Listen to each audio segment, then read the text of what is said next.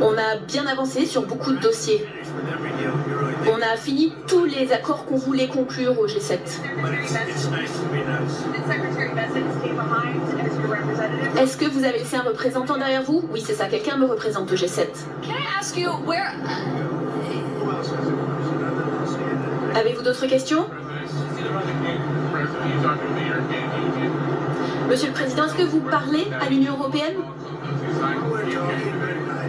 Oui, nous sommes en contact avec eux, mais j'ai pas l'impression qu'ils proposent des choses justes pour l'intéressant, pour le moment.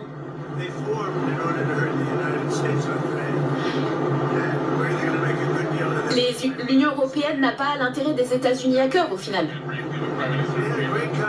On a eu des discussions très intéressantes. C'était super de rencontrer le Premier ministre japonais. Et je pense qu'il va faire un super travail. Il se peut que je le retrouve un de ces jours. En fin de compte, ce qui va se passer, c'est qu'on va envoyer une lettre disant voilà ce qu'il faut faire. On verra ce qui va se passer.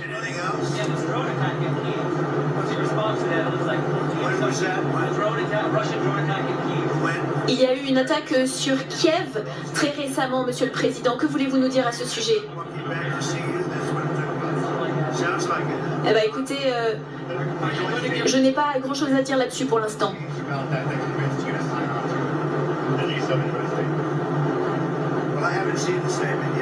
Je n'ai pas vu encore la déclaration finale du G7, donc je ne peux pas commenter dessus.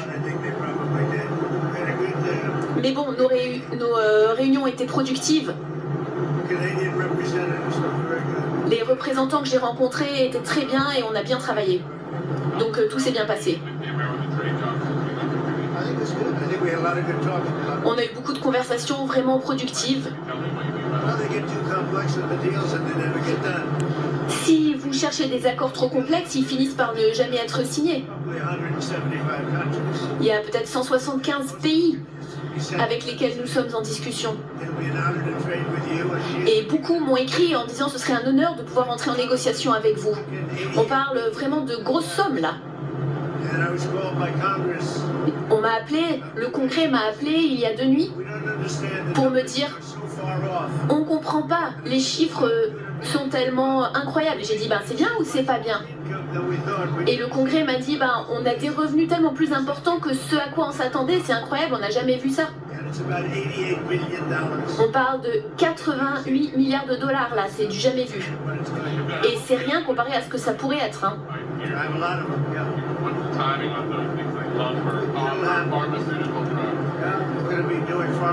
On va travailler sur le domaine pharmaceutique aussi pour accueillir des entreprises pour qu'elles reviennent aux États-Unis.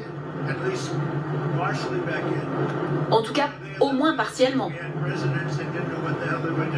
On a eu des présidents avant moi qui ne savaient pas du tout ce qu'ils faisaient. Hein.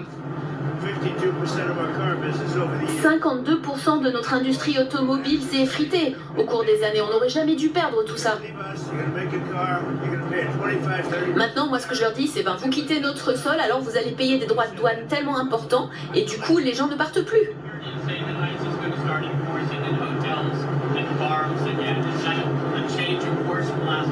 Qu'est-ce qui va changer pour tout ce qui est les hôtels, pour tout ce qui est hôtellerie?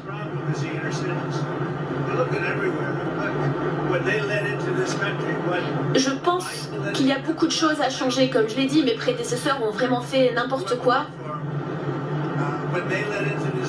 Ils ont laissé rentrer dans ce pays vraiment des migrants, on n'oubliera jamais ça. Des prisonniers, des membres de gangs, des dealers de drogue. Tous ces gens-là sont rentrés dans notre pays et on va les faire ressortir. Et il y en a beaucoup plus dans les villes qui sont dirigées par des démocrates. Beaucoup plus que dans les villes dirigées par des républicains.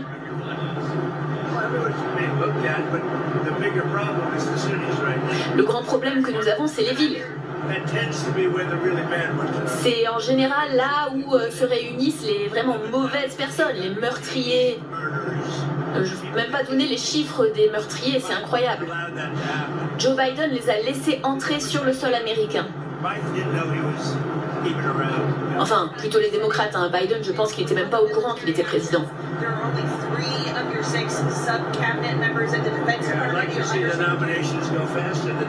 J'aimerais que les nominations aillent plus vite. Vous avez raison pour tout ce qui est sécurité nationale, mais les démocrates nous mettent des bâtons dans les roues. Mais nous avons de bons candidats. Si nous avions George Washington à proposer, je peux vous dire que même là, les démocrates nous mettraient des bâtons dans les roues en faisant l'impossible pour retarder les nominations, même pour George Washington lui-même. Vous avez toujours dit, Monsieur le Président, que l'Iran ne devrait pas avoir l'arme nucléaire. Pensez-vous qu'ils sont proches de l'obtenir? Parce que la responsable des services de renseignement a dit qu'ils n'étaient pas prêts d'y arriver. Écoutez, je me fiche de ce qu'elle a dit. Moi, je pense qu'ils sont à deux doigts d'obtenir cette arme.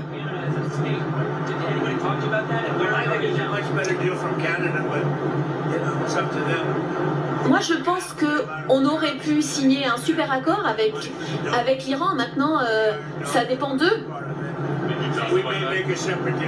Peut-être qu'on devra faire un accord séparé sur certains sujets. On va construire un dôme. On parle de 71 milliards de dollars ici. Et ça sera l'objet d'un accord séparé. J'ai dit aux Iraniens qu'il fallait négocier l'accord. Je leur ai dit. Ils ont perdu beaucoup de vies là. Ils auraient dû accepter l'accord, je leur ai dit. Alors, j'ai plus tellement envie de négocier maintenant, je vais pas vous mentir.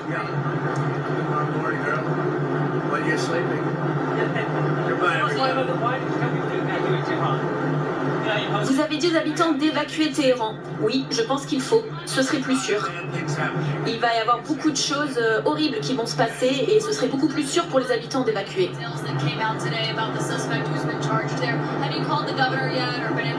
Il y a eu pas mal de détails autour d'un homme qui a été arrêté récemment. Pourquoi est-ce que j'appellerais le gouverneur, moi ? Le gouverneur de Californie, mais franchement ça ne servirait à rien, il n'est pas très bon. Je pourrais être sympa, je pourrais l'appeler, c'est vrai, mais ce serait une perte de temps, donc je ne vais pas me mêler de ça.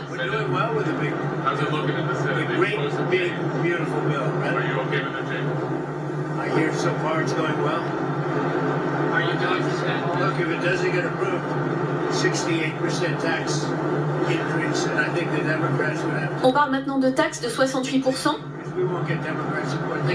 Je pense que les démocrates doivent en faire leur affaire. Maintenant, c'est les plus belles ristournes fiscales de l'histoire des États-Unis qu'on est en train de mettre en place. Je pense qu'il va falloir qu'on négocie maintenant avec la Chine. Je pense que le président Xi est prêt.